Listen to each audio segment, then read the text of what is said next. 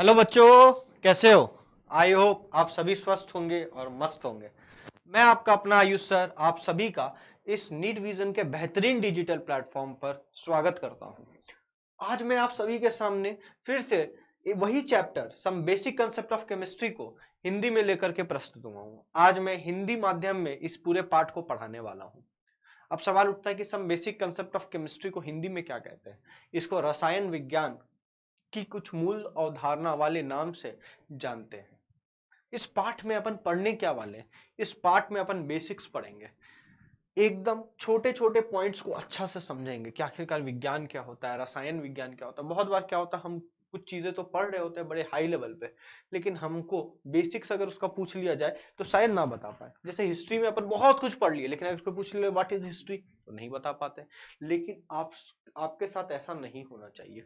तो हर एक चीज को बेसिक से लेकर के एडवांस लेवल तक लेकर के जाएंगे, लेकिन इस पाठ का इंपॉर्टेंस बहुत है आपके लाइफ में, इवन आपके रसायन विज्ञान के इस पूरे सब्जेक्ट में। अब इस रसायन विज्ञान में अपन क्या पढ़ने वाले हैं, रसायन विज्ञान क्या होता है, इवन विज्ञान क्या होता है, यह सबसे पहला इंपॉर्टेंट सवाल है। अब सवाल क्या है कि इस पाठ को स्टार्ट करने से पहले कि विज्ञान क्या है। लोग जब भी विज्ञान के बारे में बात करते हैं तो उनके दिमाग में तीन चित्र बन जाते हैं, तीन फोटो बन जाते हैं। वो तीन फोटो क्या चीज के होते हैं पता है? वो तीन फोटो होते हैं फिजिक्स के, केमिस्ट्री के, बायोलॉजी के। बायोलॉजी में भी दो पार्ट, बॉटनी, जूलॉजी, इन सारी चीजों के फोटो आपके इर्द गिर्द दिमाग में बन करके घूमने लगते हैं। लेकिन क्या विज्ञान वहीं तक सीमित है? क्या विज्ञान का अर्थ क्या निकलता है? विज्ञान का अर्थ क्या भौतिक विज्ञान निकलता है, या रासायनिक विज्ञान निकलता है, या जीव विज्ञान निकलता है, या वनस्पति विज्ञान निकलता है? क्या निकलता है? तो आइए समझते हैं विज्ञान का अर्थ क्या होता है, विज्ञान क्या है। विज्ञान बेसिकली बेटा वह विषय है जिनमें हम किसी चीज को जानने की कोशिश करते हैं, किसी भी चीज को जानने की कोशिश करते हैं। जानने की कोशिश करने का अर्थ क्या है? आप किसी भी चीज को कैसे जान सकते हो? आप किसी भी चीज को एक्सपेरिमेंट करके जान सकते हो उसके साथ, और उस एक्सपेरिमेंट के बेसिस पे आप ऑब्जर्वेशन भी लेते हो और फिर उसके द्वारा निष्कर्ष निकालते हो। जैसे मान लो आपको अपने दोस्त को ही जानना है, तो आप क्या करोगे? आप उसके साथ कुछ ना कुछ एक्सपेरिमेंट करोगे, कुछ ना कुछ एक्सपेरिमेंट करोगे। कभी हंसी की बात बोलोगे, कभी गुस्सा दिलाने वाली बात बोलोगे, हर प्रकार के काम, हर प्रकार की बातें करोगे। और ये जो हर प्रकार की बातें कर रहे हो, इसके बाद तुम ऑब्जर्व भी करोगे कि प्रतिक्रिया क्या आती है। आपके क्रिया करने के बाद उसकी क्या प्रतिक्रिया आती है, यह जानने का भी आप कोशिश करोगे। होता क्या है, आप उसका ऑब्जर्वेशन करते हो, आपको धीरे धीरे यह पता चल जाता है। अपने दोस्त के बारे में हर एक चीज बातें पता चल जाती है कि कब इसको गुस्सा आता है, किस बात पे गुस्सा आता है, किस बात पे ये खुश होता है, और कौन सी बातें इसको पसंद नहीं है, कौन सी बातें इसको पसंद है। आप सब कुछ धीरे धीरे करके जान जाते हो। लेकिन ये सब कुछ जानने के लिए आपको तीन कार्य करने पड़ते हैं। पहला एक्सपेरिमेंट, दूसरा ऑब्जर्वेशन, और तीसरा कंक्लूजन अर्थात निष्कर्ष आप निकालते हो। ठीक उसी प्रकार से विज्ञान में भी यही कार्य होता है, और आम जीवन में भी यही कार्य होता है। तो विज्ञान का अर्थ फिजिक्स, केमिस्ट्री और जूलॉजी, बॉटनी तक सीमित नहीं है, बल्कि यह अथाह है विज्ञान। हर एक चीज विज्ञान ही है कहीं ना कहीं। जब भी आप किसी चीज को जानने का प्रयास करते हो, वह विज्ञान ही है। फॉर एग्जाम्पल, आपकी मम्मी घर पे खाना बनाती है आपके लिए, बड़े प्रेम से बनाती है। आप देखिए इस चित्र में आपको नजर आ रही होंगी, ये किसी की मम्मी और कितने प्रेम से खाना ये बना रही हैं। जरूर अपने बच्चों के लिए बना रही होंगी, जरूर अपने पति के लिए बना रही होंगी, लेकिन बड़े प्रेम से बना रही है। चेहरे पे देखो क्या मुस्कुराहट है। आपकी मम्मी भी जब घर पे खाना बना रही होंगी तो उनके चेहरे पे भी बड़ा मुस्कुराहट होती है, ताकि ऐसा खाना बनाए जो आपको पसंद आए और आप बहुत मन से उसको खाए। आपकी मम्मी क्या करती है? आपकी मम्मी भी तो यही काम करती है। क्या? एक्सपेरिमेंट करते रहती है। आज कुछ बनाती है, कल कुछ बनाती है, परसों कुछ बनाती है, तरसों कुछ बनाती है, ऐसे कुछ ना कुछ बनाते रहती है।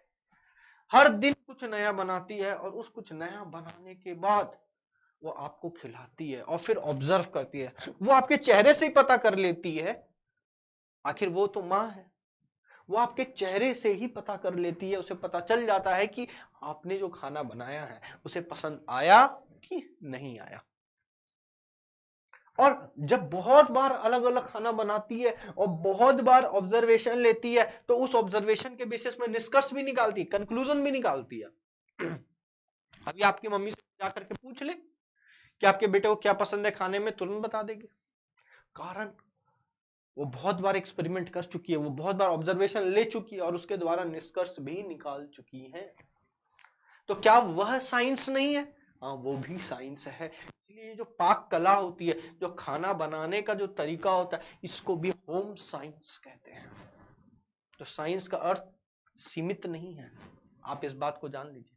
साइंस, विज्ञान, यह एक ऐसा वर्ड है जो कि असीमित संभावनाओं का वर्ड है। असीमित संभावनाएं इससे जुड़ी हुई है। असीमित संभावनाएं अर्थात हम इसको बहुत अलग अलग तरीका से जान सकते हैं।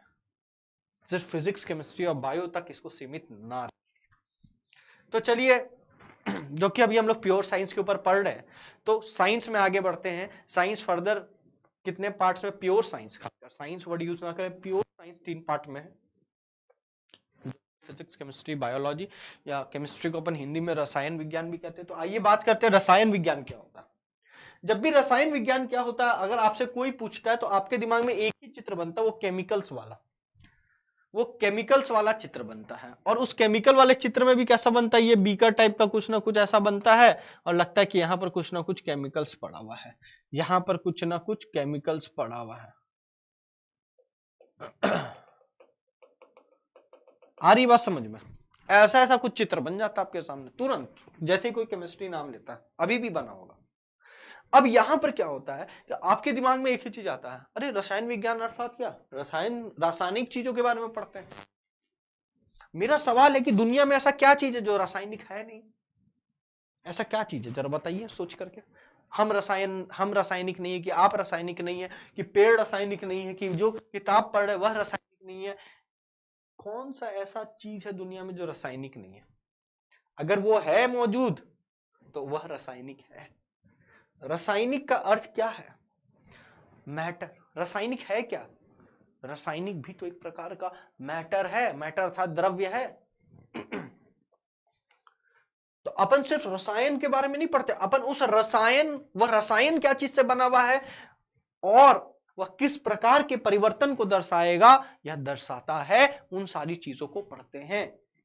तो अगर आपको किसी रसायन के बारे में पढ़ना है तो उसके डेप्थ में जाना पड़ेगा, वो क्या चीज से बना हुआ है, किस तत्व से बना हुआ, वह तत्व किस प्रकार के उसके अंदर में परमाणु की संरचनाएं हैं। हर एक चीज पर उसका परिवर्तन, उसका नेचर, उसका बिहेवियर, उसका स्वभाव निर्भर करता है। तो रासायनिक विज्ञान क्या है बेटा? रासायनिक विज्ञान वह विज्ञान है जिसमें हम द्रव्य के बारे में पढ़ते हैं। क्योंकि दुनिया क्या, पूरे ब्रह्मांड में सिर्फ 2 ही चीजें हैं, एक द्रव्य और दूसरा ऊर्जा। इसके अलावा कुछ है ही नहीं। देख लीजिए, दुनिया में हर एक चीज या तो वह द्रव्य है या तो वह ऊर्जा है। इसके अलावा पूरे ब्रह्मांड में और कुछ नहीं है। द्रव्य कैसे? आप देख लो, किताब जो पढ़ रहे हो वो भी द्रव्य है, चप्पल जो तुम पहन रहे हो वो भी द्रव्य है, पानी जिससे तुम नहा रहे हो वो भी द्रव्य है, जिसको पी रहे हो पानी को वह भी द्रव्य है, खाना जो तुम खा रहे हो वह भी द्रव्य है, तुम भी द्रव्य हो, मैं भी द्रव्य हूं। ये पूरा ब्रह्मांड में लगभग हर एक चीज द्रव्य है। और जो द्रव्य नहीं है वह क्या है? वह है ऊर्जा। तो इस द्रव्य को जब अपन आंतरिक रूप से पढ़ते हैं, बाहरी रूप से उसके व्यवहार को समझने का कोशिश करते हैं, तो वह जो विषय है उसे हम रासायनिक विज्ञान कहते हैं। तो आई होप आपको समझ में आया होगा कि रासायनिक विज्ञान क्या होता है। चलिए अपन आगे बढ़ते हैं। रसायन विज्ञान फिर 3 भागों में बटा हुआ है। एक है कार्बनिक रसायन विज्ञान, दूसरा है अकार्बनिक, और तीसरा है भौतिक रासायनिक विज्ञान। कार्बनिक रासायनिक विज्ञान को अपन ऑर्गेनिक केमिस्ट्री के नाम से भी जानते हैं। तो चलिए आगे बढ़ने से पहले यही समझ ले कि आखिरकार सॉरी, थोड़ा सेहत खराब है, लेकिन हाँ ठीक है, आप लोगों को पढ़ा रहा हूं, ठीक है, पढ़ो बड़े मजे से। कोशिश मेरा पूरा रहेगा कि मेरा एनर्जी कम ना हो किसी भी तरीके से, एनर्जी अभी भी पूरा वैसा ही है। तभी अपने को देखना कि कार्बनिक रसायन विज्ञान क्या है। कार्बनिक रसायन विज्ञान को ऑर्गेनिक केमिस्ट्री कहते हैं। कार्बनिक रासायनिक विज्ञान में क्या पढ़ते हैं? जब भी ये सवाल आप किसी से पूछोगे, अपने आप से भी पूछ के देख लो, तुम्हारे दिमाग में एक ही चीज आता है, नाम नहीं अर्थात कार्बनिक है, अर्थात हम कार्बन के बारे में पढ़ते हैं। लेकिन जैसे ही तुम ये वर्ड बोलते हो, जैसे ही तुम ये लाइन को बोलते हो, तुम गलत हो जाते हो। कारण कार्बनिक रसायन विज्ञान में हम लोग सिर्फ कार्बन के बारे में नहीं पढ़ते, या सारे के सारी कार्बन की पढ़ाई कार्बनिक रसायन विज्ञान में हो रही है, ऐसा भी सही नहीं है। हम उसके कुछ यौगिक के बारे में पढ़ते हैं। वह यौगिक कौन सा है? वह यौगिक है हाइड्रोकार्बन्स। हाइड्रोकार्बन किस प्रकार का यौगिक है? हाइड्रोकार्बन कार्बन और हाइड्रोजन से मिलकर के बनने वाला एक यौगिक है। या तो हम हाइड्रोकार्बन से रिलेटेड यौगिक के बारे में पढ़ते हैं, या फिर उसके व्युत्पन्न के बारे में पढ़ते हैं। व्युत्पन्न अर्थात वैसे यौगिक जो हाइड्रोकार्बन से ही निकल करके आ रहे हैं। हाँ, मैंने कहा हाइड्रोकार्बन वैसे यौगिक है कार्बन का जिसमें कार्बन और हाइड्रोजन होते हैं। लेकिन क्या सिर्फ कार्बन और हाइड्रोजन होते हैं? मेरा कहने का अर्थ यह है कि कार्बन और हाइड्रोजन का होना आवश्यक है। इसके अलावा ऑक्सीजन भी हो सकते हैं, नाइट्रोजन भी हो सकते हैं। तो आइए बात करते हैं नेक्स्ट, अकार्बनिक रसायन विज्ञान क्या है? अकार्बनिक रसायन विज्ञान वह है जिनमें हम सारे तत्वों के बारे में पढ़ते हैं जितने भी इस ब्रह्मांड में मौजूद हैं फिलहाल। मतलब और भी हो सकते हैं, लेकिन जितना हम लोग खोज चुके हैं उन तत्वों के बारे में पढ़ाई पढ़ते हैं। अब सवाल उठता है, क्या इसमें कार्बन के बारे में नहीं पढ़ते क्या? अब आप बोलोगे कि अगर कार्बनिक रसायन विज्ञान को तुम ऐसा समझो कि सिर्फ कार्बन के बारे में पढ़ा जाता है, तब तो फिर अकार्बनिक में कार्बन को छोड़ करके बाकी तत्वों के बारे में पढ़ा जाता होगा। अगर आप ऐसा बोलते हो तो फिर आप गलत हो। कार्बन को छोड़ करके नहीं, कार्बन के बारे में भी पढ़ा जाता है। तो यह वर्ड मत बोलना। हाँ, लेकिन कार्बन के कुछ यौगिकों को छोड़ करके, किन यौगिकों को छोड़ करके? तो वह है हाइड्रोकार्बन और उनके व्युत्पन्न को छोड़ करके। तो अकार्बनिक रसायन विज्ञान को इंग्लिश में इनऑर्गेनिक केमिस्ट्री भी कहते हैं। इसमें क्या पढ़ते हैं? इनमें हम हर प्रकार के तत्वों और उनके अणुओं के बारे में पढ़ते हैं, सिवाय हाइड्रोकार्बन्स और उनके व्युत्पन्न को छोड़ करके, और सिवाय हाइड्रोकार्बन्स और व्युत्पन्न के नहीं। नेक्स्ट है भौतिक रसायन विज्ञान। भौतिक रसायन विज्ञान किसको कहते हैं? इसको इंग्लिश में फिजिकल केमिस्ट्री कहते हैं। अब सवाल उठता है, यह भौतिक रसायन विज्ञान क्या है? तो आपने जब रसायन विज्ञान का परिभाषा देखा था, तब उसमें देखा था कि हम द्रव्य के भौतिक और रासायनिक गुण और उन गुणों में परिवर्तन किस प्रकार से होता है उनके बारे में पढ़ते हैं। उन परिवर्तन के दौरान ऊर्जाओं में क्या परिवर्तन होता उनके बारे में भी पढ़ते हैं। तो जो परिवर्तन हो रहा है वो किसी ना किसी नियम को फॉलो कर रहा होगा, और उन नियमों को किस भाग में पढ़ते हैं? रसायन विज्ञान के। उन नियमों को भौतिक रसायन विज्ञान के भाग में पढ़ते हैं। किन नियमों को? जो उन परिवर्तनों को समझ रहे होंगे, उन परिवर्तनों के बारे में समझ रहे होंगे। वैसे रासायनिक विज्ञान को क्या कहते हैं? भौतिक रसायन विज्ञान, जिनमें उन नियमों के बारे में पढ़ा जाता है कि परिवर्तन कैसे हो रहे हैं, ऊर्जाओं का लेना और देना कैसे हो रहा है। उस भाग को क्या कहते हैं? अपन भौतिक रसायन विज्ञान कहते हैं। तो इसी के साथ आप समझ गए कि रसायन विज्ञान क्या होता है, कार्बनिक रसायन विज्ञान क्या होता है, अकार्बनिक क्या होता है, भौतिक क्या होता है। इन दोनों का परिभाषा बताते वक्त थोड़ा सा ध्यान रखें शब्दों का, कि अपन कार्बन वर्ड यूज नहीं करेंगे, फंस जाओगे बेटा, वो सच्चाई नहीं है। तो आप सही वर्ड को यूज करें। आइए नेक्स्ट अपन बात करते हैं कि रसायन विज्ञान में अपन ने पढ़ा कि बेसिकली अपन द्रव्य के बारे में पढ़ते हैं। तो पहले यही समझ लो कि द्रव्य क्या होता है। हर एक चीज द्रव्य है जिसके पास द्रव्यमान है, और द्रव्यमान के साथ साथ वह किसी ना किसी जगह को घेरता हो, अर्थात उसके पास अपना कुछ ना कुछ आयतन होना चाहिए। या द्रव्यमान भी हो, ऐसा हो सकता है कि बहुत कम हो, ना के बराबर हो, लेकिन ना के बराबर का अर्थ ना नहीं होता है, ना के बराबर का अर्थ बहुत कम होता है। यह बात को मैं मानता हूं, लेकिन द्रव्यमान होना आवश्यक है। अर्थात आप किसी भी द्रव्य को देख सकते हो, आपके इर्द गिर्द सारे के सारे द्रव्य है। और जब मैं यह बात कहता हूं आपको कि आप किसी भी द्रव्य को देख सकते हो, तो आपके दिमाग में यह सवाल आएगा, सर गैस को कैसे देख पाएंगे, या किसी परमाणु को कैसे देख पाएंगे। हाँ, वह बात अलग है कि आप अपने नग्न आंखों से नहीं देख सकते हो, लेकिन अगर आप माइक्रोस्कोप का यूज करो नजर आएंगे। और सिंपल नहीं लेना होगा, सिंपल माइक्रोस्कोप नहीं लेना होगा, इलेक्ट्रॉन माइक्रोस्कोप का यूज करना पड़ेगा। ठीक है, कॉम्प्लेक्स माइक्रोस्कोप का यूज करना पड़ेगा, कंपाउंड माइक्रोस्कोप का यूज करना पड़ेगा, तब शायद आप उस चीजों को देख पाओ। तो सवाल है क्या हवा द्रव्य है, तो मैं कहूंगा हाँ, क्योंकि वह किसी ना किसी आयतन को घेरता है। अब बोलो सर कुछ सिंपल से एग्जांपल देकर के बताओ, ऐसा वह चीज जो द्रव्य ना हो। ऊर्जा, प्रकाश की ऊर्जा द्रव्य नहीं है। मैंने अभी क्या कहा था, ब्रह्मांड दो चीजों से मिलकर के बना हुआ, द्रव्य या ऊर्जा। तो अगर मैं बात करूं प्रकाश का, तो प्रकाश द्रव्य नहीं है, प्रकाश एक ऊर्जा है। अब बोलोगे सर क्यों, क्योंकि आप उसको देख नहीं सकते हो, फील कर सकते हो। फिर आपके मन में वही सवाल आएगा कि सर गैस को भी तो नहीं देख पा रहे हैं, तो क्या गैस को भी तो हम अपन फील कर पा रहे, तो क्या गैस द्रव्य नहीं ऊर्जा है क्या। तो इसको आप एक एग्जांपल के थ्रू समझ सकते हो। कैसे, एक बलून ले लो और उस बलून में क्या करो, गैस भर दो। जैसे ही आप गैस भर देंगे वह बलून फूल जाएगा। अब उसमें क्या करो, टॉर्च मारो, एक बार प्रकाश डालो, क्या बलून फूलेगा, नहीं फूलेगा। अर्थात मैंने द्रव्य के परिभाषा में ही यह बात कह दी कि जिसके पास द्रव्यमान हो अथवा आय तथा साथ ही साथ आयतन भी हो, या किसी जगह को वो घेरता हो। और यह एक्सपेरिमेंट इस बात को प्रूफ कर देता है कि गैस क्या है, द्रव्य है, ऊर्जा नहीं है। आ गई बात समझ में। आई होप आपको अच्छा से आ गया होगा समझ में कि द्रव्य कैसे पहचानोगे। खाली परिभाषा को रटने से काम नहीं चलेगा, फील करना है सब्जेक्ट को। ज्यादातर लोग केमिस्ट्री या रसायन विज्ञान को रट्टा वाला सब्जेक्ट समझता है, नहीं ऐसा नहीं है। रटना मना है, इसी मुहिम को लेकर के आए, बार बार बोलता हूं मैं क्लास में, फील कराएंगे आपको सब्जेक्ट। द्रव्य क्या है, द्रव्य फिर दो प्रकार के होते हैं, दो प्रकार के नहीं, दो प्रकार से इनका वर्गीकरण किया गया है।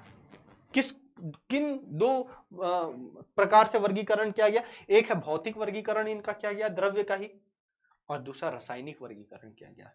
भौतिक वर्गीकरण भौतिक अवस्था को देखते हुए किया गया है, जिसके हिसाब से यह 6 प्रकार में प्रस्तुत है इस पूरे ब्रह्मांड में। या तो वह ठोस के प्रकार से उपलब्ध है, या तो द्रव, या तो गैस, या तो प्लाज्मा, या तो बीईसी, या तो फर्मी अवस्था। और फर्मी अवस्था आप पहली बार सुन रहे होंगे। हाँ, फर्मी अवस्था पे अभी भी रिसर्च चल रहा है, बीईसी पे अभी भी रिसर्च चल रहा है, इनको अच्छे से लोग नहीं समझ पाए हैं, लेकिन हाँ बहुत सारी बातें इनके बारे में आज के डेट पे लोगों को पता है। तो मैं चाहूंगा कि आपको भी वह बातें पता हो, लेकिन आपके एग्जाम के पॉइंट ऑफ व्यू से यह 4 ज्यादा इंपॉर्टेंट है, इस 4 में भी यह 3 ज्यादा इंपॉर्टेंट है। लिक्विड गैस के बारे में आप पहले ही पढ़ चुके हैं, सॉरी आप नहीं पढ़े, अभी क्लास 11 में आगे चल करके पांचवा छठे चैप्टर में पढ़ोगे, स्टेट्स ऑफ मैटर में, 5वें चैप्टर में एनसीईआरटी के, उसमें आप गैस के बारे में पढ़ेंगे। फिर आप क्लास 12 में जो पहला पार्ट पढ़ेंगे उसमें सॉलिड के बारे में पढ़ेंगे, और दूसरा पार्ट में सॉल्यूशन या लिक्विड के बारे में पढ़ते हैं। तो बेसिकली डेप्थ में जो हम लोग को पढ़ना अपने कोर्स में, वो इन तीनों के बारे में ही पढ़ना रहता है। लेकिन हाँ, बाकी सबकी परिभाषाएं और कुछ जानकारियां होनी चाहिए, तो वो मैं बताऊंगा। अब दूसरा वर्गीकरण रासायनिक वर्गीकरण किया गया है। अब इस रासायनिक वर्गीकरण में फिर इसको 2 भाग में बांटा गया है, एक है शुद्ध पदार्थ और दूसरा मिश्रण। अब शुद्ध पदार्थ में भी क्या है, एक है तत्व, दूसरा है अणु। अब तत्व भी बहुत प्रकार के हैं, कुछ तत्व को धातु कहा जा रहा है, कुछ तत्व को अधातु कहा जाता है, कुछ तत्व को समधातु कहा जाता है, कुछ तत्व को अक्रिय गैस के रूप में भी पाया जाता है। वहीं अणु 2 प्रकार के हैं, कार्बनिक और अकार्बनिक। अब यह क्या चीज से बने हुए हैं, कैसे है, ये सारी चीजों को मैं डेप्थ में एक एक करके लेने वाला हूं। नो नीड टू वरी, डरने की कोई बात नहीं, आराम से एकदम पढ़ेंगे। मिश्रण भी 2 प्रकार के, एक समांगी और दूसरा विषमांगी। ठीक है, तो आइए अपन आगे बढ़ते हैं। लेकिन आगे बढ़ने से पहले एक सवाल, बड़ा ही आसान सा सवाल है, सोचिएगा तो पॉज करके। T डिग्री तापमान पर दिए गए तत्वों को उनके गतिज ऊर्जा के अनुरूप जमाएं। आपके पास क्या क्या बर्फ है, कलर थोड़ा सा चेंज कर लेता हूं ताकि आपको देखने में सुविधा हो, पानी है और जल वाष्प है। अब आपके पास ये तीनों चीज मौजूद है, इसको आपको गतिज ऊर्जा के अनुरूप सजाना है। तो थोड़ा देर पॉज करके आप सजाइएगा, और जो आप सजा रहे होंगे ना, देखिएगा अभी मैं उसका उत्तर दे रहा हूं। तो मैं ये नहीं कह रहा हूं कि सभी के सभी गलत बताएंगे, ऐसा कोई जरूरी नहीं है, लेकिन हाँ मैं 90% स्टूडेंट के द्वारा जब भी मैं ये सवाल क्लास में दिया हूं आज तक, 90% लोग गलत बताते हैं, 90। अब हो सकता है कि आप उस 10 में हो, वो बात अलग है, लेकिन ज्यादातर लोग क्या बताएंगे, मैं बताता हूं उसका उत्तर। ज्यादातर लोग बोलेंगे इसकी गतिज ऊर्जा, जिसको अपन इंग्लिश में काइनेटिक एनर्जी भी कहते हैं, वो जल वाष्प की ज्यादा होती है, ठीक है, और उसके बाद पानी की, उसके बाद बर्फ की, ठीक है। गतिज ऊर्जा का यह क्रम है, ठीक। आप लोग यही सजाए होंगे, और जितने लोग ये सजाए हैं वो काट ले, गलत है। कारण अब मैं समझा रहा हूं कि किसी एक टी तापमान पर अगर कोई बर्फ है, पानी है, जल वाष्प है, बहुत जन के मन में यह सवाल आ रहा होगा कि सर एक ही टेम्परेचर पर कैसे ये तीनों एग्जिस्ट कर सकते हैं? क्या ये 4 डिग्री सेल्सियस पे है जहां पर ट्रिपल पॉइंट है, जो त्रिविम बिंदु है? नहीं, मैं वहां की बात नहीं कर रहा हूं। आप किसी भी पर्टिकुलर टेम्परेचर पे इस तीनों अवस्था में चीजों को रख सकते हो। हाँ, बोलोगे सर तापमान बढ़ा दिए, प्रेशर को भी बढ़ा दो, प्रेशर को भी बढ़ा दो, ठीक है। तो आप उसको बैलेंस करिए। किसी भी चीजों की, किसी भी द्रव्य की जो अवस्था, वो सिर्फ तापमान पर थोड़ी निर्भर करती है, तापमान पर भी निर्भर करती है, प्रेशर पे भी निर्भर करती है, दाब पर भी निर्भर करती है। तो आप उसके बेसिस पर सजाओ ताकि वह चीज बैलेंस हो जाए, तो हो सकता है उस टेम्परेचर पे भी वह उस अवस्था में मौजूद हो सके। यह कोई जरूरी नहीं है कि आप त्रिविम पे ही देखोगे इन तीनों को। तो मैं बस एक बात बता रहा हूं, कोई भी एक टी टेम्परेचर हो सकता है। तो ये बात को दिमाग से निकाल दीजिएगा, सर एक टेम्परेचर पे कैसे पॉसिबल है तीनों अवस्था। तो अगर आपसे पूछा जाए कि बताओ किसकी गतिज ऊर्जा सबसे ज्यादा होगी, तो बोलना सबकी गतिज ऊर्जा समान होगी। अब जैसे ही आप ये सुनेंगे, आपका दिमाग घूम गया होगा बहुतों का, अरे सर ये कैसे पॉसिबल है? बचपन से तो हम यही पढ़ते आ रहे हैं कि गतिज ऊर्जा गैस की सबसे ज्यादा, देन द्रव, देन ठोस, यही पढ़ते हुए आ रहे होंगे। लेकिन यहां तो आप कंसेप्ट ही कुछ और बदल दिए। तो मैं तुमको एक बात बताना चाहूंगा कि ये जो गतिज ऊर्जा है ना, ये किस चीज पे निर्भर करती है? सिर्फ तापमान पर। और जनरली जो आप पढ़ते आ रहे हैं वो भी गलत नहीं है, लेकिन आपको अधूरा ज्ञान पता है। हाँ, यह सही होता, हम इसको अलग पेन से लिख देते हैं, अलग कलर के पेन से, सॉरी। यह सही होता, यह सही होता कब पता? जब अपन गतिज ऊर्जा में भी यह बोलते कि अपन स्थिति गतिज ऊर्जा के बारे में बात कर रहे हैं, तब यह सही होता, ऐसे नहीं। स्थिति गतिज ऊर्जा अर्थात ट्रांसलेशनल काइनेटिक एनर्जी का बात कर रहे हैं। तो जो तुम बचपन से पढ़ते आ रहे हो वो गलत नहीं है। ज्यादातर लोग ट्रांसलेशनल काइनेटिक एनर्जी को ही काइनेटिक एनर्जी समझते हैं, लेकिन यह गतिज ऊर्जा सिर्फ स्थिति गतिज ऊर्जा पर निर्भर नहीं है। यह सिर्फ ट्रांसलेशनल काइनेटिक एनर्जी पर डिपेंड नहीं करता, या और भी चीजों पर निर्भर करता है। एक तो स्थिति है ही, जिसको इंग्लिश में ट्रांसलेशनल काइनेटिक एनर्जी कहते हैं। दूसरा रोटेशनल काइनेटिक एनर्जी पर भी निर्भर करता है। तीसरा वाइब्रेशनल काइनेटिक एनर्जी पे भी डिपेंड करता है। आई होप इतना इंग्लिश आपको आ रहा होगा समझ में, ठीक है। मतलब यहां पर जो ये काइनेटिक एनर्जी, अगर आपसे कोई भी पूछ रहा है गतिज ऊर्जा, अर्थात वो इस तीनों का सम होगा। हाँ, लेकिन अगर वह लिख दिया ट्रांसलेशनल काइनेटिक एनर्जी, तो आप जो आज तक पढ़ते हुए आए हो वही सत्य है। हाँ, कभी कभार हो सकता है कि ऑप्शन में ये ऑप्शन ही ना दे और सिर्फ यही ऑप्शन दे, तो छोड़ करके मत आना। तब आपको गतिज ऊर्जा का अर्थ ट्रांसलेशनल काइनेटिक एनर्जी ही समझना होगा। लेकिन अगर यह भी ऑप्शन दिया हुआ है और यह भी ऑप्शन दिया हुआ है और क्वेश्चन में लिखा हुआ है गतिज ऊर्जा, स्पेसिफाई नहीं किया है कि किस प्रकार का गतिज ऊर्जा के बारे में बात कर रहा है, तो यह सही होगा। आई होप आपको समझ में आया होगा।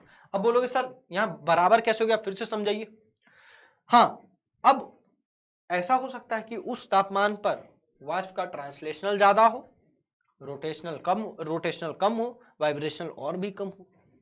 पानी का हो सकता है कि रोटेशनल ज्यादा हो, ट्रांसलेशनल ठीक ठाक हो, वाइब्रेशनल कम हो, और सॉलिड का केस में वाइब्रेशनल ज्यादा हो जाए, ये दोनों कम हो जाए, तो अंत में इन तीनों का जो जोड़ है, जो सम है, वह बराबर आएगा, वह बराबर आएगा अंत में। तो जो कि इन तीनों का जो सम है वह बराबर आएगा अंत में। इसीलिए अपन यहां गतिज ऊर्जा के बारे में क्या बात कर रहे हैं कि बर्फ का, पानी और जल वाष्प का, इन तीनों का गतिज ऊर्जा बराबर होता है। आया कि नहीं आया बेटा समझ में इन तीनों के बारे में?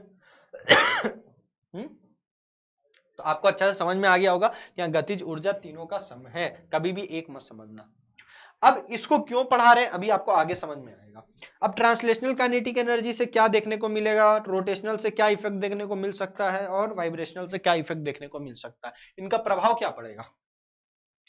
ट्रांसलेशनल काइनेटिक एनर्जी जब भी किसी अवस्था में सर्वाधिक होगा तो उनमें मौजूद परमाणु या उनमें मौजूद जो उनका कंस्टिट्यूएंट पार्टिकल है जिनसे वो बने हुए, चाहे वो परमाणु हो चाहे वो अणु हो, उनकी बीच की दूरी बढ़ती रहेगी, बढ़ती रहेगी। क्या?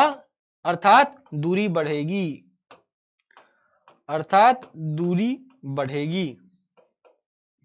रोटेशनल से क्या देखने को मिलेगा, उनकी स्थिति में परिवर्तन देखने को मिलेगा, पोजीशन चेंज करता रहेगा उनका परमाणु। वाइब्रेशनल से वापस से एक जगह पे आना पड़ेगा। वाइब्रेशनल का अर्थ क्या होता है, ऐसे ऐसे ऐसे ऐसे। देखो मेरे हाथ भी एक पर्टिकुलर पॉइंट पे वापस घूम करके वहीं पर आ रहे, और वो तभी पॉसिबल है जब आकर्षण का बल सर्वाधिक लग रहा होगा किनके बीच, उनके परमाणुओं के बीच, उनके अणुओं के बीच। तो यहां पर भी जो वाइब्रेशनल काइनेटिक एनर्जी है वह ज्यादा होने पर क्या बताता है कि उनमें मौजूद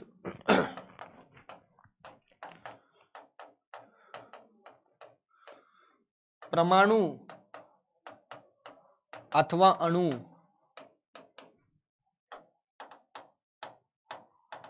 वो के बीच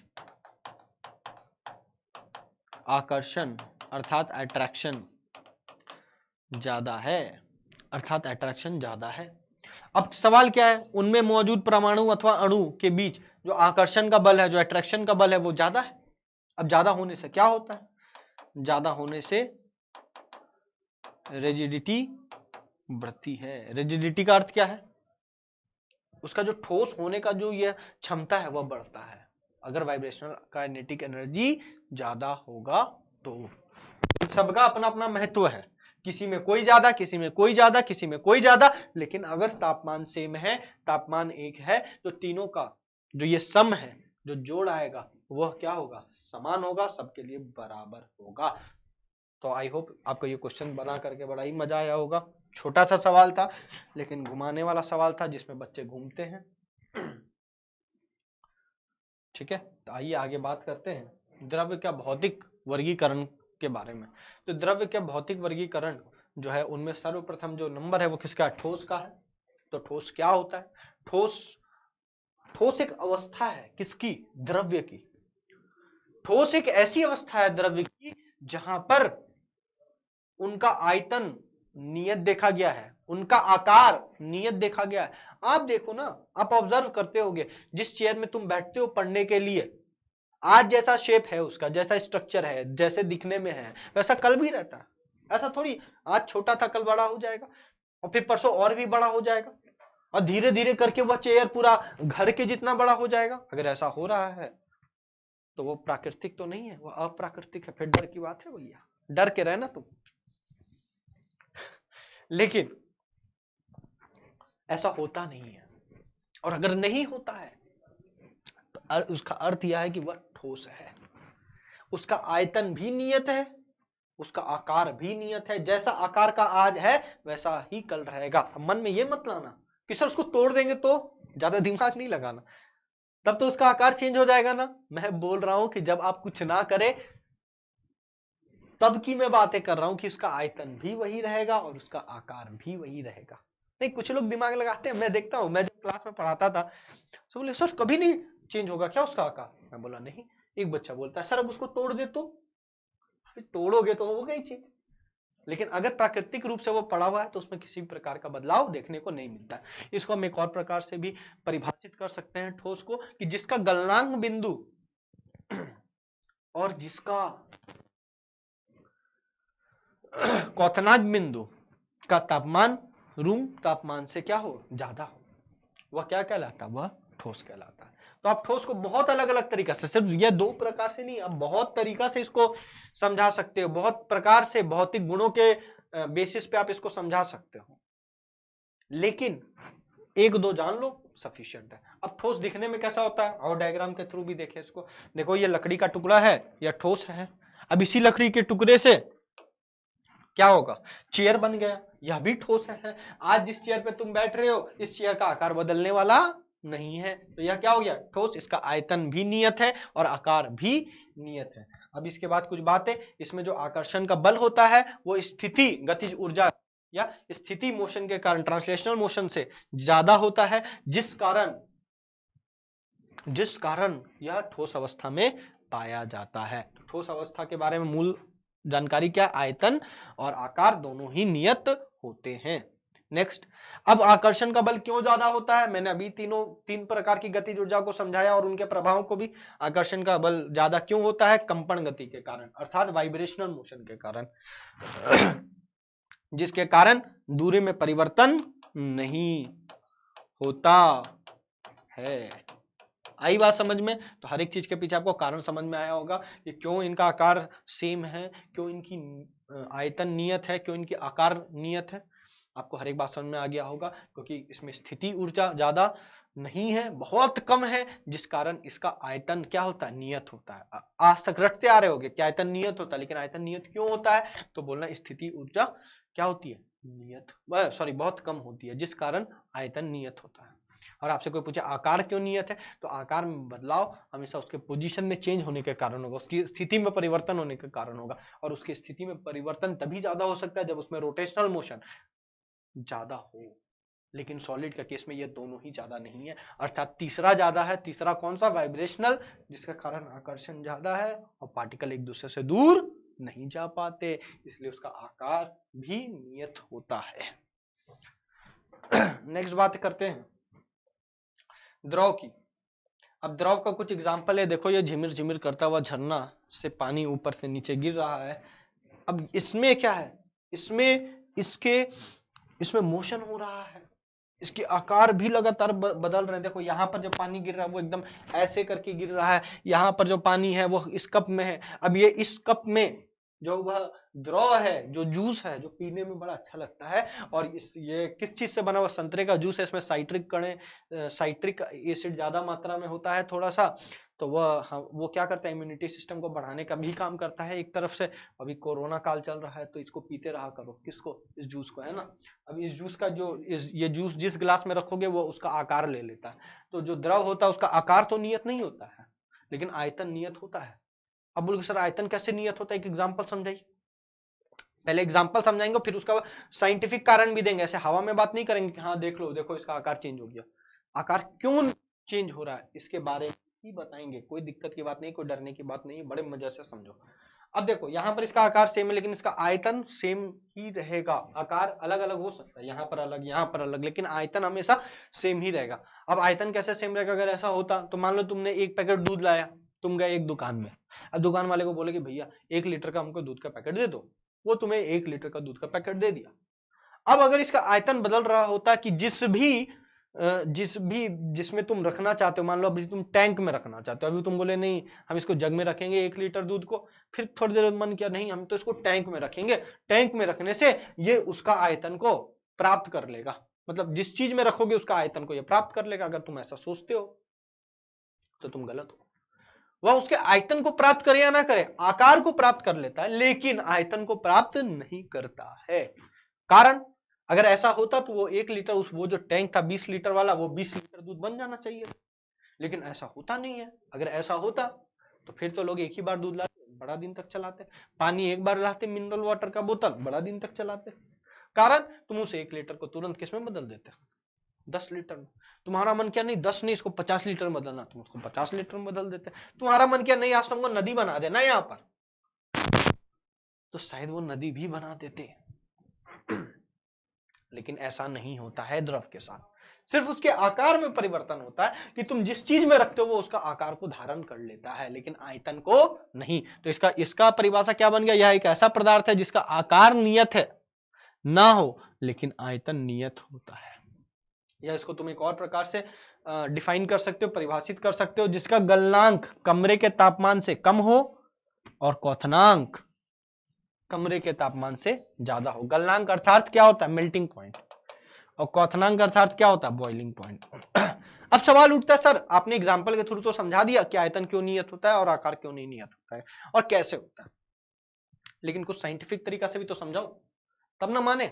चलो आओ वो भी समझाते हैं। इसमें जो आकार, इसमें भी तीनों प्रकार की गतिज ऊर्जा हर किसी अवस्था में उनके कणों के पास होती है, लेकिन यहां पर उनके कणों के पास जो ट्रांसलेशनल मोशन है वो बहुत कम है, मानता हूं, लेकिन ठोस के मुकाबले थोड़ा सा ज्यादा होता है, जिस कारण जब भी तुम पानी को गिराओगे तो थोड़ा थोड़ा बहेगा, भले ज्यादा बहे या ना बहे, लेकिन उसके अंदर बहने की क्षमता होती है।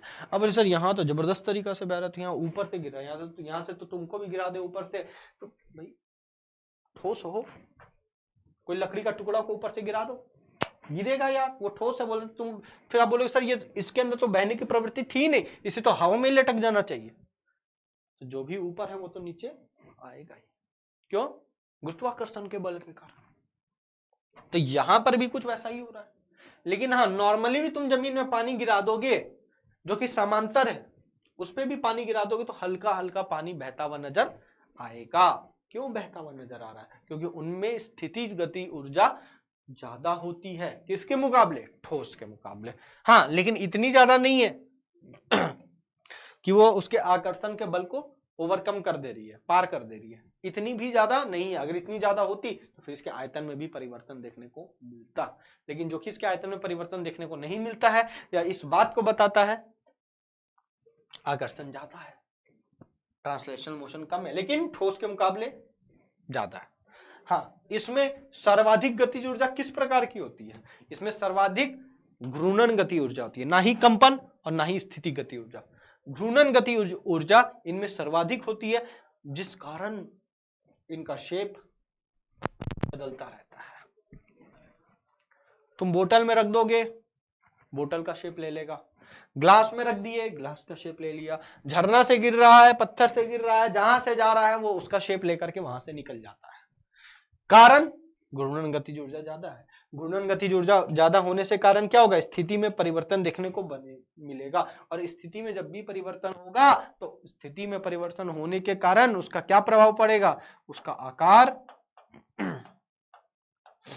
बदलता रहेगा। आई होप आपको समझ में आया होगा। अगर मैं बात करूं दूरी के बारे में, तो दूरी अपरिवर्तित रह जाती है, क्योंकि यहां पर भी ट्रांसलेशनल मोशन, स्थिति गतिज ऊर्जा, उसके आकर्षण के बल, किसके बीच? उनके कणों के बीच आकर्षण के बल से कम है, इसीलिए इनका आकार ना नियत तो नहीं हो पाता, लेकिन इनका आयतन नियत होता है। इसका चलो एक और एग्जांपल दिखलाता हूं। अब इसमें देखिए, ये कैटरीना कैफ है और ये क्या कर रही है? स्लाइस पी रही है। अब इस स्लाइस पीते वक्त आप इसमें ध्यान से देखिए, कैटरीना कैफ को नहीं, बोतल को। अब यहां पर ये जो तरल है या जो द्रव है, यह किसका आकार ले लिया? यह द्रव इस बोतल का आकार ले लिया है, इस स्लाइस की बोतल का आकार यहां पर ले लिया। अर्थात तरल किसी भी चीज का आकार को ले सकता है। आपके मुंह में जाएगा वो मुंह का आकार ले लेगा, आपके हाथ में रहेगा वो हाथ का आकार ले लेगा। मतलब जिस भी चीज में डालोगे, जिस पात्र में डालोगे, जिस तंत्र में डालोगे, वह उसका आकार ले लेगा। जैसे यहां पर यह लिक्विड इस बोतल में है तो वह उसका आकार ले लिया है। चलिए आगे बढ़ते हैं। यह एक एग्जांपल है आपके सामने। यह इंडस्ट्रियल एरिया है जहां पर से चिमनी उमनी से गैस निकल रहा है। अब जो ये गैस निकल रहा है, यह गैस, भाई एक बात और बताऊंगा, आप बहुत सारे ऐसे भी होंगे जो मेरा वीडियो देख रहे होंगे, जो इंजीनियरिंग का पढ़ाई कर रहे होंगे, तो उनसे यह मेरी गुजारिश है कि आगे चल करके ऐसा कुछ काम करिए, ऐसा कुछ चीजें बनाइए जिससे पॉल्यूशन कम से कम हो सके, है ना। क्योंकि ये पॉल्यूशन से क्या हो रहा है? स्वास्थ्य खराब हो रहा है, और स्वास्थ्य ही धन है, सबसे बड़ा धन स्वास्थ्य है। अगर आपका स्वास्थ्य अच्छा नहीं तो कोई भी चीज में मन नहीं लगेगा। तो सर्वप्रथम आपका कार्य है अपने आप को स्वस्थ रखना। और आप तो डॉक्टर बनने वाले हैं, बहुत जन डॉक्टर बनने वाले जो होंगे, जो नीट का तैयारी कर रहे हैं, वो भी देख रहे होंगे। तो आपका तो काम दुगना हो जाता, अपने स्वास्थ्य को भी अच्छा रखे और दूसरों का भी स्वास्थ्य को अच्छा रखे। चलिए आइए यहां से ये जो निकल रही है क्या है, यह गैस की अवस्था में। देखो ध्यान से देखो, अभी जब तक यह गैस इस चिमनी के अंदर था वह चिमनी का आकार ले रखा था। अब जैसे ये बाहर आया यह पूरे जगह पे फैलते जा रहा है धीरे धीरे, देखो फैलते जा रहा, फैलते जा रहा। और ये लास्ट में जहां पर आ रहा है, यह जो गैस आ रहा है देखो, यह जाके पूरे आकाश में फैल जा रहा है, अर्थात इसका आयतन बदलता। अभी आयतन इतना बड़ा था, फिर और बड़ा हुआ, फिर और बड़ा हुआ, फिर और बड़ा हुआ, फिर इतना बड़ा हो गया, बता नहीं सकते हैं कितना बड़ा हो गया। तो यह इसका आयतन लगातार बदलते जा रहा है। किसका? यह जो गैस इस चिमनी से बाहर निकल के आ रहा है। और सिर्फ आयतन नहीं बदल रहा है, साथ ही साथ इसका आकार में भी परिवर्तन देखने को मिलता है। तो आइए गैस के बारे में बात करें। तो मैंने आपको एग्जांपल के थ्रू ही समझा दिया कि इसका आयतन भी बदलेगा और आकार भी बदलेगा, अर्थात नियत नहीं होगा। और इसको आप एक और तरीके से समझ सकते हैं कि जिसका गलनांक बिंदु अर्थात मेल्टिंग पॉइंट और जिसका क्वथनांक बिंदु अर्थात बॉइलिंग पॉइंट कमरे के तापमान से कम हो, वैसे द्रव्य को क्या कहते हैं? गैसीय अवस्था में उसको पाया जाता है, अगर द्रव्य के ये गुण मिलते हैं तो। ठीक है, अब सवाल उठता है कि इसका आयतन क्यों नहीं फिक्स होता, इसका आकार क्यों नहीं फिक्स होता? उसके पीछे कारण है। उसके पीछे कारण क्या है? अब यहां पर जाकर के स्थिति गतिज ऊर्जा इतनी बढ़ जाती है कि वह आकर्षण को ओवरकम कर देती है। अब यहां आकर्षण कम हो गया, गतिज ऊर्जा बढ़ गई, तो सीधी सी बात है कि जितने भी कण होंगे उन कणों के बीच दूरी भी बढ़ रही होगी। इसी कारण आयतन नियत नहीं होता है। और हम बात करें स्थानांतरीय गति ऊर्जा के बारे में, स्थानांतरीय गति ऊर्जा यहाँ सर्वाधिक पाई जाती है। अब बात होता है घूर्णन गति ऊर्जा का, तो यहाँ घूर्णन गति ऊर्जा भी कम नहीं है भैया, घूर्णन गति ऊर्जा भी सही है, सही मात्रा में है। ऐसा नहीं है कि बहुत कम है तो अपना प्रभाव को नहीं दिखा पा रहा है, घूर्णन गति ऊर्जा भी ठीक ठाक बढ़िया मात्रा में है, जिस कारण यह भी अपना प्रभाव को दिखलाता है। तो जब भी तुम किसी गैस को किसी पात्र से निकाल के किसी पात्र में डालोगे तो वह गैस उस पात्र का आकार को ले लेगा, अपने आप में समावित कर लेगा। और यही नहीं, साथ ही साथ वो आयतन भी समावित कर लेता है। मान लो तुम अभी गैस भरे बलून में, तो बलून का आकार ले लिया, बलून का आयतन जितना हो गया, लेकिन उसी गैस को तुम किसी बड़े टैंक में डाल दो तो उस टैंक में भी वो गैस चला जाएगा। और अगर मैं पूछूंगा उस गैस का आयतन उस टैंक में कितना है, तो मैं बोलूंगा कि उस टैंक के बराबर है। लेकिन ये बात मैं द्रव के लिए या तरल के लिए नहीं कर सकता, और ना ही ये बात मैं ठोस के लिए कर सकता हूँ, लेकिन गैस के लिए कर सकता हूँ। कारण क्या? ट्रांसलेशनल मोशन बहुत ज्यादा है, दूरी लगातार बढ़ते रहती है। तो अगर तुम टैंक में भी डालोगे तो वो टैंक हर एक कोने को क्या कर लेगा? ऑक्यूपाई कर लेगा, घेर लेगा। और जितना जगह को कोई घेरता है वही उसका क्या कहलाता है? आयतन कहलाता है। इसलिए यहां पर आयतन में भी परिवर्तन देखने को मिलता है और साथ ही साथ आकार में भी परिवर्तन देखने को मिलता है। कारण यह दोनों अपने अपने प्रभाव को दर्शाते हैं। हाँ, वो बात अलग है कि यहाँ जो कंपन गति ऊर्जा है वो बहुत बहुत बहुत बहुत कम पाई जाती है, लेकिन ना नहीं बोलेंगे कि एकदम भी नहीं पाई जाती है, हाँ कम पाई जाती है। जिस प्रकार ठोस में अपन ना नहीं बोल सकते कि हाँ स्थानांतरीय गति ऊर्जा एकदम ही नहीं पाई जाती है, यह बात नहीं बोल सकते अपन। हाँ बोलेंगे क्या? बहुत बहुत बहुत कम पाई जाती है। आइए इस डायग्राम के थ्रू इस चीज को समझें। यहां पर ध्यान से देखो, यह है सॉलिड। अब तुम इस सॉलिड को देखोगे तो तुमको क्या इसका आयतन में बदलाव नजर आ रहा है? नहीं। अगर मैं पूछूं क्या इसका आकार बदल रहा है, तो बोलोगे नहीं। आ जाओ लिक्विड में, लिक्विड का आयतन देख लो, अभी इतना है, 5 मिनट बाद भी आकर के देखना, मतलब आकर के आप 5 मिनट बाद भी देख लो, देखते रहो इसको। अभी जितना आयतन है उतना ही आयतन थोड़ी देर बाद भी रहेगा। अर्थात यहां आयतन क्या है? नियत आकार कैसा ले लिया है? जैसा इस बीकर का, जैसा इस बीकर का ही ये आकार को क्या कर लिया, प्राप्त कर लिया। अब यहां पर देखो गैस है, इस गैस का आयतन कितना है, तो तुम बोलेगा कि इस ग्लास जितना, क्या बोलोगे, ग्लास जितना। कारण इस ग्लास के हर एक कोना को इस गैस का कण हर प्रकार से क्या कर रहा है, घेर रहा है, हर प्रकार से वहां पर मौजूद है। तो अगर हम पूछे गैस का आकार क्या है, तो तुम बोलोगे इस पूरे बीकर जितना। मैं पूछूंगा गैस का आयतन क्या है, तो तुम बोलोगे इस बीकर जितना आयतन है। तो यहां पर आपको सब चीजों के बारे में पता चल गया होगा। ठोस किसे कहते हैं, द्रव किसे कहते हैं, गैस किसे कहते हैं, और ठोस का क्या क्या व्यवहार होता है, गैस का कैसा व्यवहार होता है, और तरल का कैसा कैसा व्यवहार देखने को मिलता है। अब अपन क्या करेंगे, ठोस, गैस और द्रव के बारे में और भी डिफरेंसेस को पढ़ेंगे, उनके बीच में किस प्रकार के असमानताएं हैं उसको भी अच्छे से देखेंगे, अलग अलग गुणों पर। तो अभी तक सिर्फ अपन आयतन देख रहे थे, आकार देख रहे थे, अभी और भी गुणों के बारे में बात करेंगे। सबसे पहले अंतर आणविक दूरी का बात करें।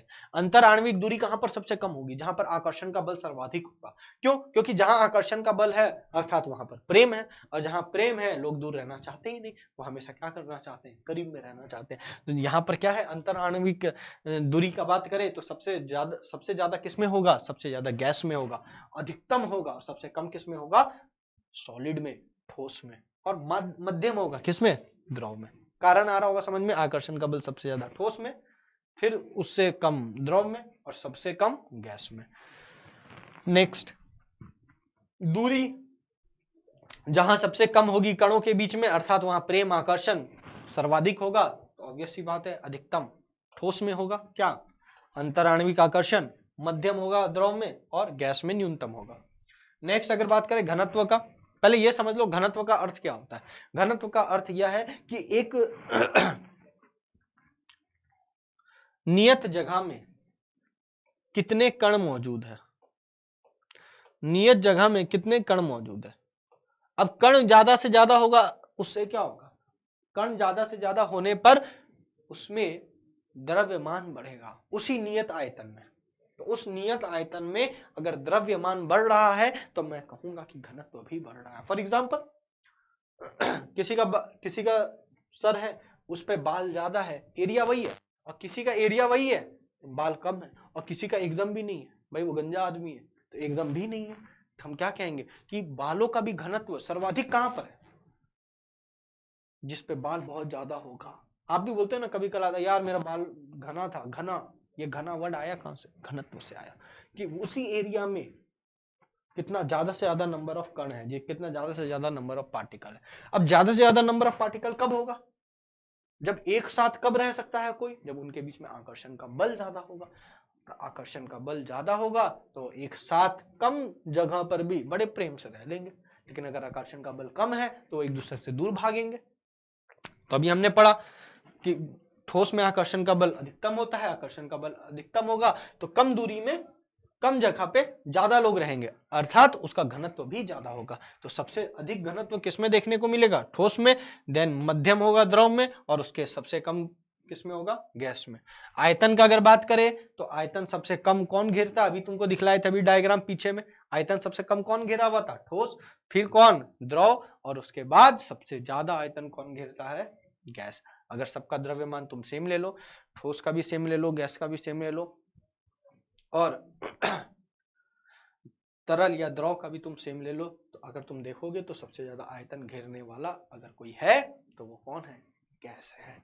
नेक्स्ट अगर अपन बात करें आकार का, देखो यहाँ पर न्यूनतम है, ये मध्यम है और ये अधिकतम है। आकार का तो तुमको पता है ठोस का आकार नियत होता है, ये नियत नहीं होता है द्रव का, और नहीं गैस का नियत होता है। मैंने इस चीजों को बहुत ही अच्छे से आपको समझाया है गतिज ऊर्जा का एक्सप्लेनेशन दे करके। तो आइए आगे बात करते हैं सायंता। नेक्स्ट अपन बात करेंगे गतिज ऊर्जा, ठीक है। सायंता क्या होता है, सायंता का अर्थ क्या होता है, सायंता का अर्थ होता है विस्कोसिटी, गाढ़ापन। गाढ़ापन कब ज्यादा होगा, गाढ़ापन तब ज्यादा होगा जब घनत्व ज्यादा होगा, तभी तो उसमें गाढ़ापन ज्यादा नजर आएगा। और घनत्व तो कब ज्यादा होता है? जब आकर्षण का बल ज्यादा होता है। तो अगर आप ध्यान से देखें तो सहायता भी सबसे सर्वाधिक किसकी होगी? ठोस की। क्यों? क्योंकि इनमें आकर्षण का बल ज्यादा है। और फिर द्रव में, फिर गैस में। और अगर अपन बात करें गतिज ऊर्जा के बारे में, अब यहां पर जो गतिज ऊर्जा अगर कहीं नहीं लिखा हुआ है और सिर्फ न्यूनतम और ये दे दिया है तो अपन अपने आप समझेंगे, फील करेंगे। हवा में बात नहीं करेंगे कि तीनों का सम। यहां जो गतिज ऊर्जा है वह कौन सी होगी? ट्रांसलेशनल, अर्थात स्थानांतरीय गतिज ऊर्जा यहां पर अपन सोचेंगे और समझेंगे। मैंने कहा था कि अगर वहां इक्वल टू वाला ऑप्शन ही नहीं है तो ज्यादातर जगहों पर जो तुम देखोगे वह स्थानांतरित गतिज ऊर्जा के बारे में ही बात कर रहा होगा, ट्रांसलेशनल काइनेटिक एनर्जी के बारे में बात हो रही होगी। तो यहां पर न्यूनतम, या मध्यम और या अधिकतम। नेक्स्ट अगर हम अपन बात करें द्रवता, द्रवता क्या होती है? द्रवता अर्थात द्रव के प्रकार का व्यवहार कौन प्रदर्शित करेगा? द्रव का व्यवहार कैसा होता है? बहने का होता है, फ्लूइडिटी जिसको कहते हैं इंग्लिश में। तो द्रव का व्यवहार बहने का होता है। और बहना किसके स्वभाव में होगा? जिनके कणों के बीच में आकर्षण का बल ज्यादा नहीं होगा। तो किनके बीच में आकर्षण का बल ज्यादा नहीं है? गैस।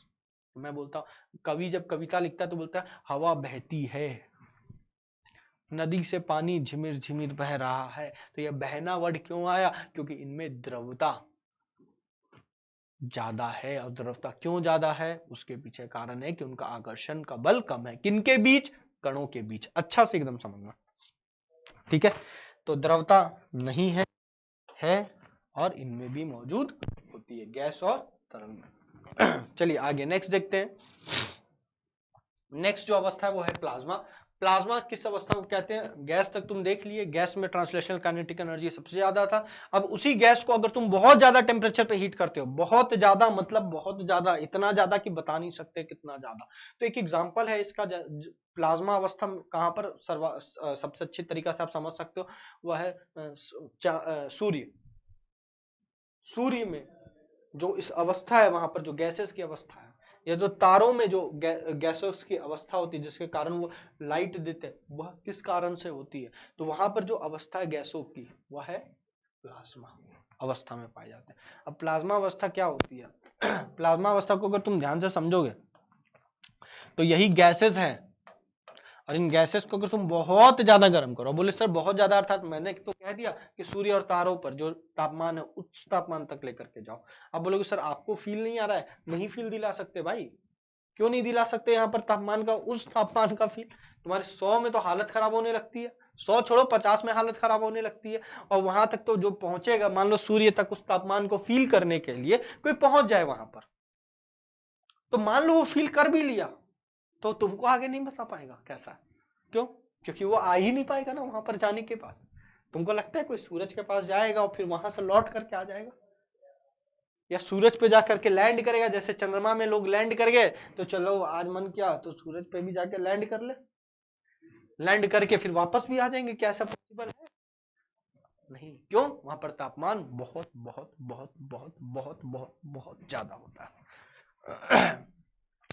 तो वहां पर जो गैसेस की अवस्था है वो प्लाज्मा है। कैसी अवस्था है वहां पर? अब मान लो तुम गैस है, तुम नहीं हो, सॉरी, जो वहां पर गैस मौजूद है वो गैस को तुम बहुत ज्यादा गर्म कर रहे हो। और बहुत ज्यादा गर्म कर रहे हो तो क्या होगा? इन परमाणुओं से क्या निकलेंगे? इलेक्ट्रॉन।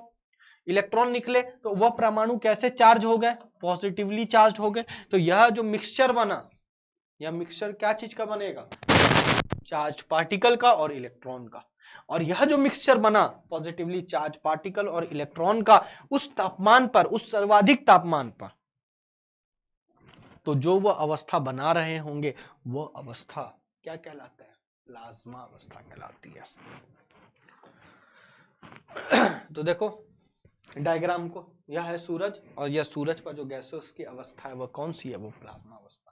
इसको थोड़ा सा एक एनिमेशन के द्वारा भी समझाने का प्रयास किया कि अगर और इसको अंदर में देखा जाए तो कुछ इस प्रकार का दिख सकता है, दिख सकता है। ठीक है, ये एनिमेशन एनिमेटेड वे में दिखाया गया। हाँ, बात करें तो जब गैसेस की ट्रांसलेशनल मोशन बहुत ज्यादा और आकर्षण का बल कम है तो तुम प्लाज्मा में तो छोड़ ही दो, यहाँ तो तुम तापमान और भी बढ़ा दिए। और जब तापमान और भी बढ़ता है तो दूरी तो और भी बढ़ेगा, उनमें ऊर्जाएं आएगी। फॉर एग्जाम्पल 5 लोग अगर मान लो बेंच पे बैठे हुए, तुम बोलोगे सर उनमें तो किसी भी प्रकार की गतिज ऊर्जा देखने को नहीं मिल रही, क्या करूं, नीचे आग लगा दूं? क्या उसके बाद भी वो बैठे रहेंगे वहां पर? तो हमको तो नहीं लगता कि वो बैठे रहेंगे, वह दौड़ेंगे, और दौड़ेंगे तो उनमें गतिज ऊर्जा आएगी और साथ ही साथ उनकी दूरी भी लगातार बढ़ रही होगी। तो यहाँ पर भी तो तुमने वही किया, पहले से उनकी गतिज ऊर्जा ज्यादा थी और तुमने तापमान दे दिया, ट्रांसलेशनल मोशन और बढ़ जाएगा, स्थानांतरीय गतिज ऊर्जा और बढ़ जाएगी, और स्थानांतरीय गतिज ऊर्जा अगर बढ़ेगी तो आकर्षण का बल उसके समक्ष कम महसूस होने लगेगा, कम हो जाएगा, और उसके आकार, उसके आयतन में परिवर्तन देखने को मिलेगा। तो यहां पर भी वही होता है, स्थानांतर गतिज ऊर्जा बहुत ज्यादा हो जाती है, घूर्णन गतिज ऊर्जा भी ज्यादा होती है, और इनकी भी स्थिति में परिवर्तन देखने को मिलता है। स्थिति में कारण घूर्णांतर के कारण, और दूरी में भी परिवर्तन देखने को मिलता है। किस कारण? स्थानांतरीय गतिज ऊर्जा के कारण, और स्थिति परिवर्तन के कारण किस चीज में बदलाव आता है? उनके आकार में बदलाव आता है। और दूरी परिवर्तन के कारण क्या चीज में बदलाव आता है? उनके आयतन में बदलाव आता है। तो हर एक चीज का आपको कारण को समझ में आ गया होगा। प्लाज्मा है क्या, फील भी आया होगा।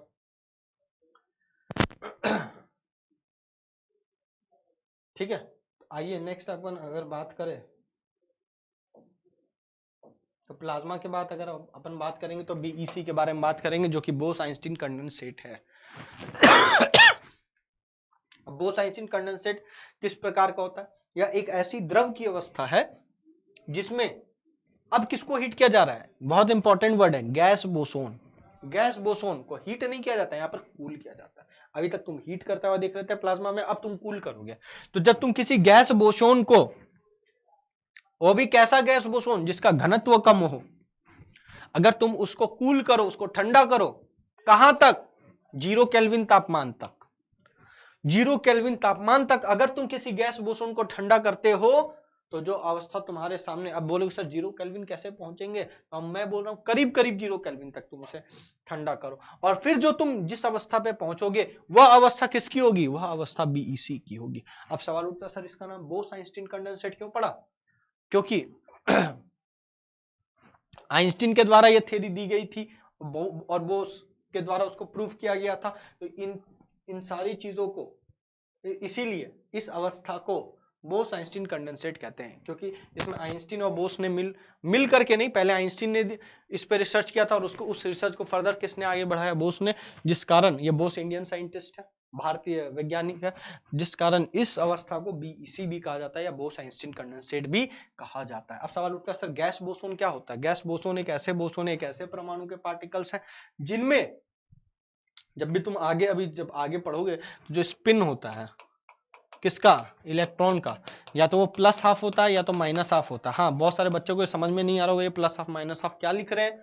तो जब अपन परमाणु संरचना के बारे में पढ़ेंगे इसके बारे में समझ लेंगे कि क्यों प्लस हाफ लिखा जाता है, क्यों माइनस हाफ लिखा जाता है। लेकिन होता है क्या है ये अभी जानो।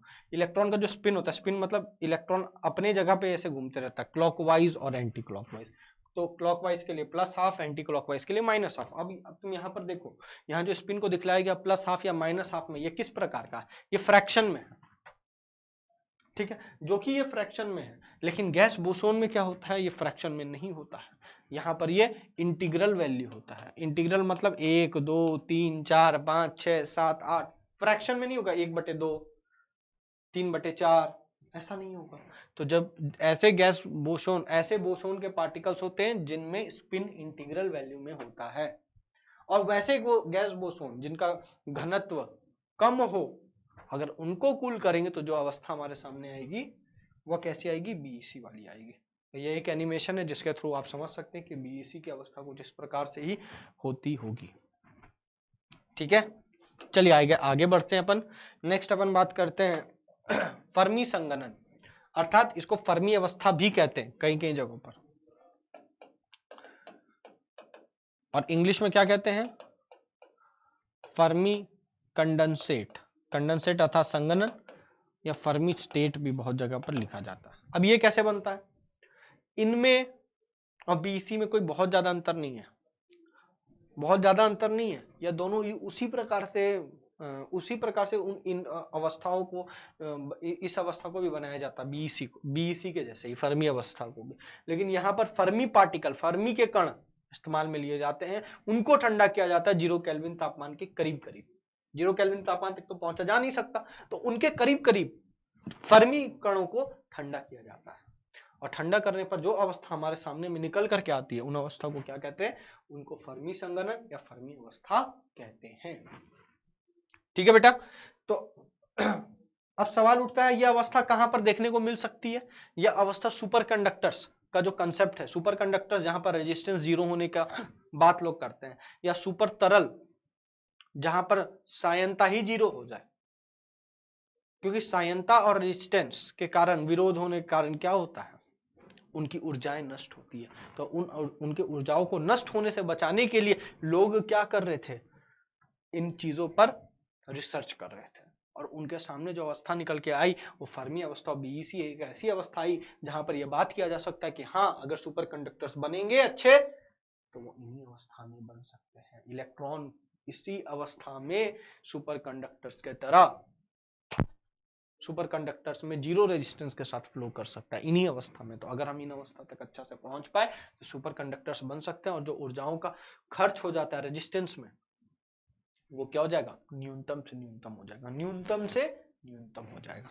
हाँ, अब क्या ये दोनों का प्रक्रिया जब सेम है तो दोनों क्या सेम ही है, एक ही है? नहीं, कुछ अंतर है।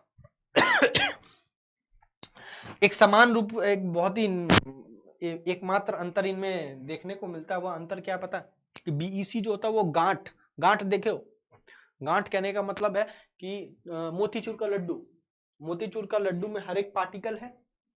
देखो, वो पार्टिकल क्या चीज का? वो पार्टिकल बूंदी है, तो या तो बूंदी हमेशा अलग अलग रहे, और जब वो अलग अलग रहता है तो समझना वो फर्मी स्टेट है। और जब तुम उसको मिला देते हो, एक साथ एकत्रित कर देते हो और लड्डू बना देते हो मोतीचूर का, तो वह बीईसी है। बस इतना ही अंतर होता है। लेकिन वहां तक, बूंदी तक बनने का जो प्रक्रिया है, दोनों कंडीशन में लगभग सेम है, और दोनों का जो यूज है वो भी लगभग सेम है। वो उसी चीज पे लोग काम कर रहे हैं। ठीक है, सुपर कंडक्टर्स और सुपर तरल के ऊपर बनाने के लिए इन अवस्थाओं पर अभी भी क्या किया जा रहा है? रिसर्च किया जा रहा है। अब सवाल उठता है, इसमें 2 प्रकार के सवाल ज्यादातर पूछे जा सकते हैं। सबसे उच्चतम तापमान में किस अवस्था में द्रव मौजूद हो सकता है? तो सबसे उच्चतम तापमान पर प्लाज्मा में मौजूद हो सकता है, और सबसे न्यूनतम बीईसी बोल सकते हो या फिर फर्मी स्टेट बोल सकते हो। ठीक है, नेक्स्ट अब अपन पढ़ेंगे रासायनिक वर्गीकरण, क्योंकि अभी तक हमने भौतिक वर्गीकरण में 6 अवस्थाओं के बारे में पढ़ लिया। और रासायनिक वर्गीकरण क्या होता है? तो रासायनिक वर्गीकरण में ये 2 प्रकार के होते हैं, एक शुद्ध पदार्थ होता है और दूसरा क्या होता है? मिश्रण। शुद्ध पदार्थ क्या होता है? नाम में ही क्लियर है, शुद्ध, जो एक ही चीज से बने हुए हो, जिनमें किसी प्रकार का मिलावट ना हो, वही शुद्ध है। अब दूध, तुम्हारे घर में दूध लेकर के आए और उसमें पानी मिला दिया जाए, तो वो क्या, तुम क्या कहते हो? अशुद्ध हो गया सर, वो मिश्रण हो गया। लेकिन सवाल है कि जो शुद्ध दूध है वो भी मिश्रण है। तो सवाल उठता है, हम कैसे पहचानेंगे कि कौन मिश्रण है और कौन शुद्ध है? तो शुद्ध का अगर परिभाषा के रूप में जाने तो शुद्ध वह पदार्थ होता है जो केवल एक ही प्रकार के कणों से बने हुए होते हैं। और मिश्रण को बहुत जगह पर अशुद्ध पदार्थ भी कहा जाता है। ठीक है, और जो अशुद्ध या मिश्रण है वह क्या होते हैं? वह 2 या 2 से अधिक प्रकार के कणों से बने हुए होते हैं। तो अभी अपन नेक्स्ट बात करें तो यह जो शुद्ध पदार्थ है वह 2 प्रकार से देखने को मिले हैं। एक है एलिमेंट, जिनको अपन कहते हैं तत्व, और एक है कंपाउंड, जिसको अपन कहते हैं यौगिक। अब यौगिक और तत्व, अब जब भी तुम्हारे दिमाग में कोई तत्व के बारे में बोलता है तो तुम्हारे दिमाग में जो पिक्चर बनता है वो किसका बनता है? वो परमाणु का बनता है।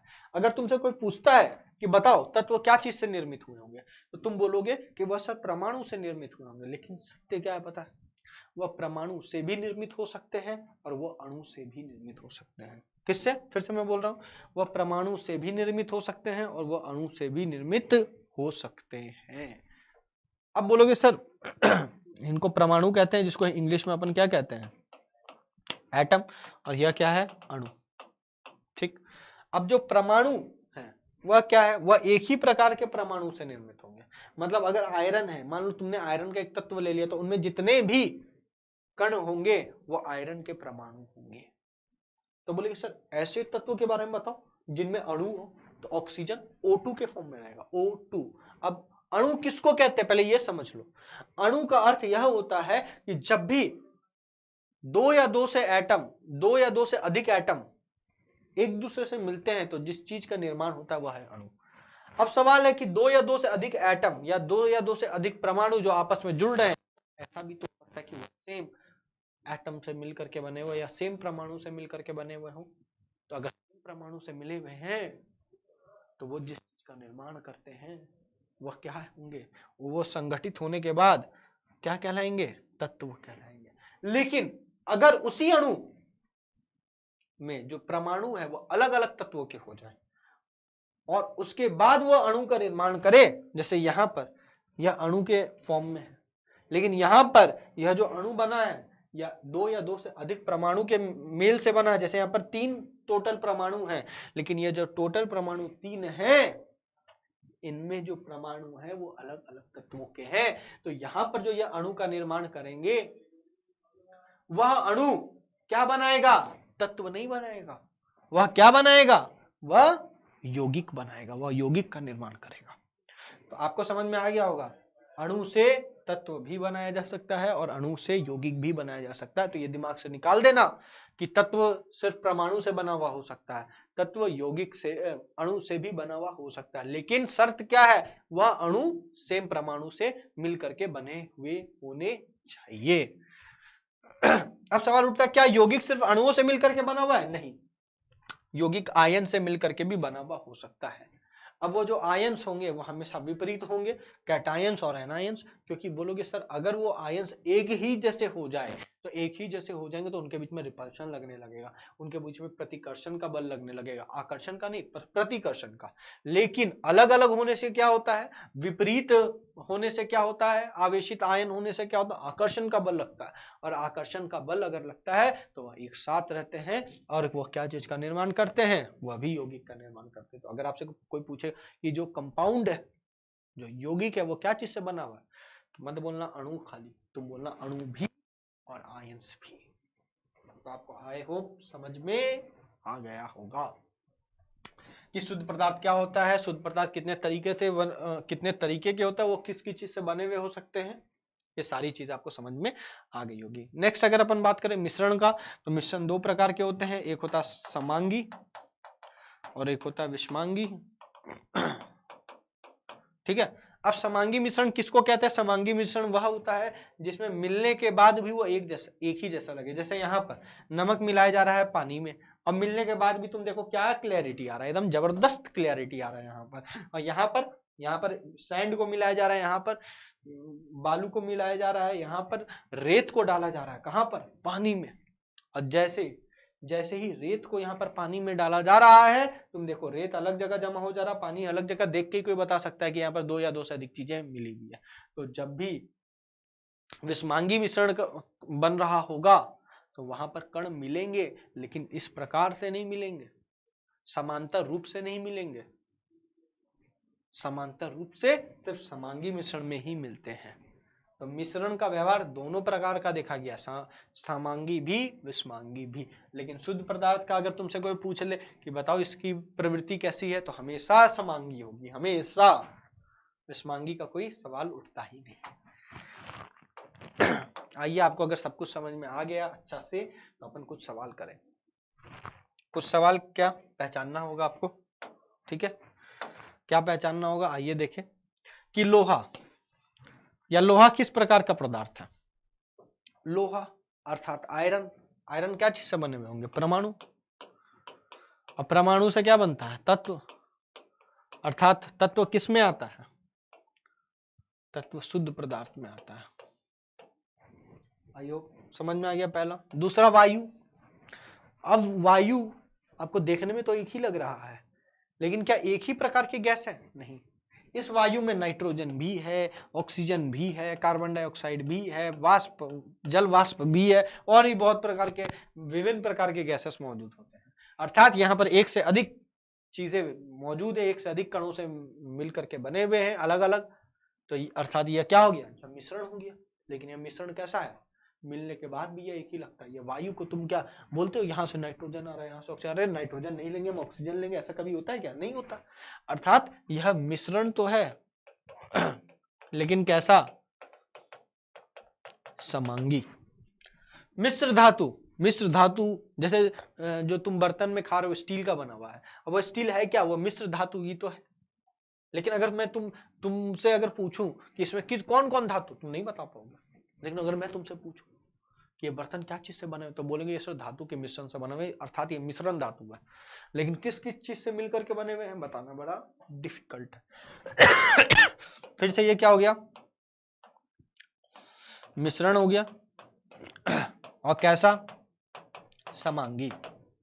नल का पानी, नल का पानी जो आ रहा है वह कैसा है, वह समांगी है कि विषमांगी है। नल से जो पानी आ रहा है उसमें गंदगी भी होती है, उसमें बैक्टीरिया भी होता है, वह यूनिफॉर्म वे में नहीं मिला हुआ था, वो समांतर रूप से नहीं मिलते हैं, वो असमांतर रूप से मिले हुए होते हैं। तो जो नल का पानी होता है वो मिश्रण तो होता है लेकिन समांगी नहीं होता है, कैसा होता है, विषमांगी होता है। Next, cold drink, Coca Cola पियोगे तो कोका कोला को हिलाने से पूरा हिलाओगे तो गैस सारा बाहर निकल के आ जाएगा। लेकिन अगर हिलाई नहीं हो उसे तो तुम देखना एक ही चीज नजर आएगा, वह क्या, काला रंग का पानी।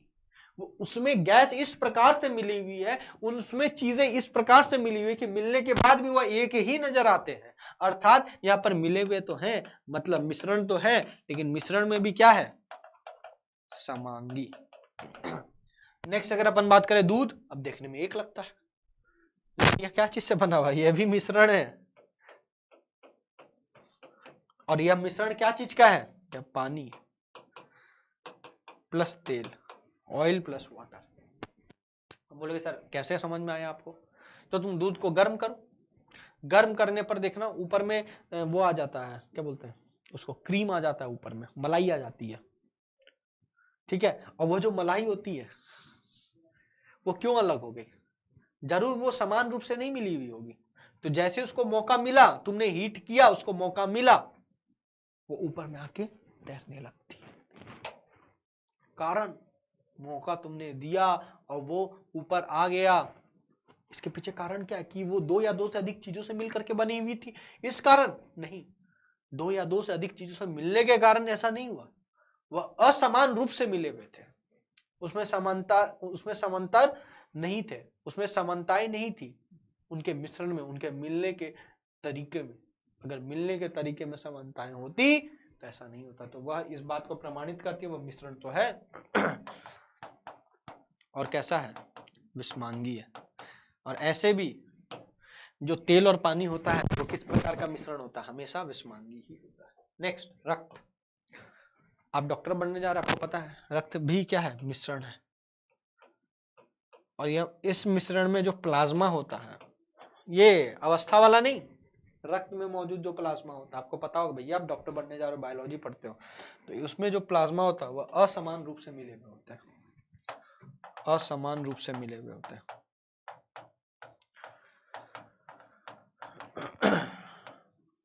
मिले होते हैं, अर्थात ये कैसे हैं, यह विषमांगी है। ये मिश्रण तो है लेकिन कैसे, विषमांगी। शराब और पानी मिला दो किसी भी प्रोपोर्शन में, हमेशा ऐसा मिलेगा, मिलने के बाद भी एक ही नजर आएगा। अर्थात यह भी मिश्रण है, देख के ही पता चल गया दो चीजें मिल रही हैं, लेकिन कैसा, समांगी। इसी के साथ आप चीजों को सीख लिए होंगे, लेकिन मेरा आपको यह सलाह होगा कि आप इसको देख के ना करें। अगर आपको समझ में आ गया तो इस स्लाइड को स्टार्ट करने से पहले पॉज करें, खुद से बनाएं और फिर क्या करें, फिर अपने जवाब को इससे मिलाएं। और अगर आपके जवाब मिलेंगे आपको खूब खुशी होगी। इसी के साथ आज का क्लास यहीं पर समाप्त होता है और आप सभी को मेरे ओर से धन्यवाद। खुश रहे, मस्त रहे और स्वस्थ रहे।